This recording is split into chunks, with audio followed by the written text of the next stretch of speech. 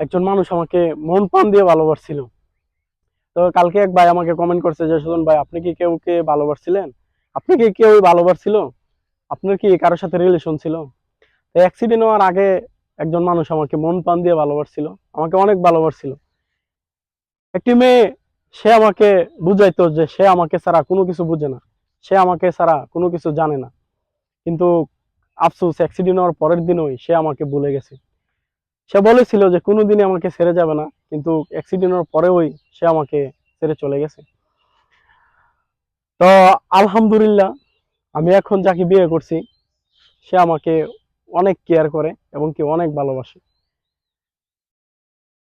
একটা কথা কি যে বলেছিল যে যেটা তোমার পাওয়ার কথা সেটা তুমি কোনোদিনই হারাবে না, আর যেটা তোমার না সেটা তুমি কোনোদিনই পাবে না।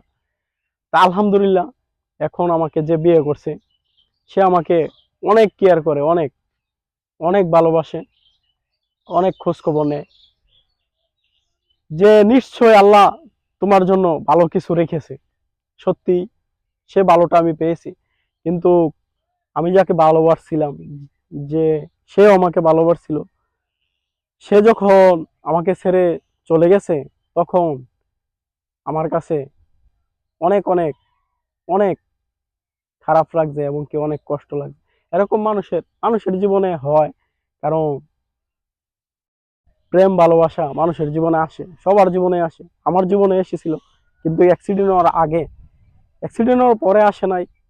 কিন্তু এখন আমি যাকে বিয়ে করছি সে অ্যাক্সিডেন্ট হওয়ার পরে আমাকে এরকম দেখে বুঝে শুনে সে আমাকে বিয়ে করছে এবং কি সে আমাকে ভালোবাসছে। আমার এরকম একটা জীবন দেখে সে আমাকে ভালোবাসছে। তো এখন সে আমাকে সত্যি অনেক ভালোবাসে। আর যে চলে গেছে, মিজানুর আজহারি বলেছে যে যেটা তোমার না সেটা তুমি কোনোদিনই পাবে না, আর যেটা তোমার সেটা তুমি কখনো হারাবে না। সত্যি ধৈর্য ধরতে হবে। আমি অ্যাক্সিডেন্ট হয়েছি, দ্বিতীয় আমি অ্যাক্সিডেন্ট হয়েছি আমার দুই হাত নাই বলে। আমার মনের মানুষ এবং কি সে আমাকে অনেক ভালোবাসতো। সে আমাকে বুঝাইতো যে সে আমাকে ছাড়া কোনো কিছু বোঝে না, সে আমাকে ছাড়া কোনো কিছু জানে না। কিন্তু অ্যাক্সিডেন্ট হওয়ার পরের দিনে বোঝা গেছে যে সে আমাকে চায় না। সে অ্যাক্সিডেন্ট হওয়ার পরেও সে আমাকে ভুলে গেছে, সে আমার সাথে সবকিছু শেষ করে দিছে। কিন্তু আমার অ্যাক্সিডেন্ট হওয়ার পর একটা কষ্ট, দ্বিতীয় হলো সে আমাকে ছেড়ে চলে গেছে, দুটা কষ্ট। সব কিছুই আমি ধৈর্য ধরছি।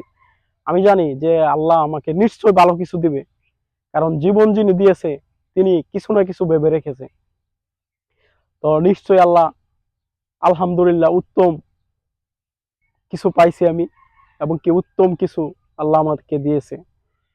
মানুষের জীবনে, সবার জীবনে আছে প্রেম ভালোবাসা, তবে যখন মনের মানুষ ছেড়ে যায় সেটা সহ্য করা যায় না। সেটা ধৈর্য ধরাটা অনেক কঠিন, কিন্তু আমি ইনশাল্লাহ ধৈর্য ধরেছি। আমি জানি যে আল্লাহ নিশ্চয় আমার জন্য ভালো কিছু রেখেছে।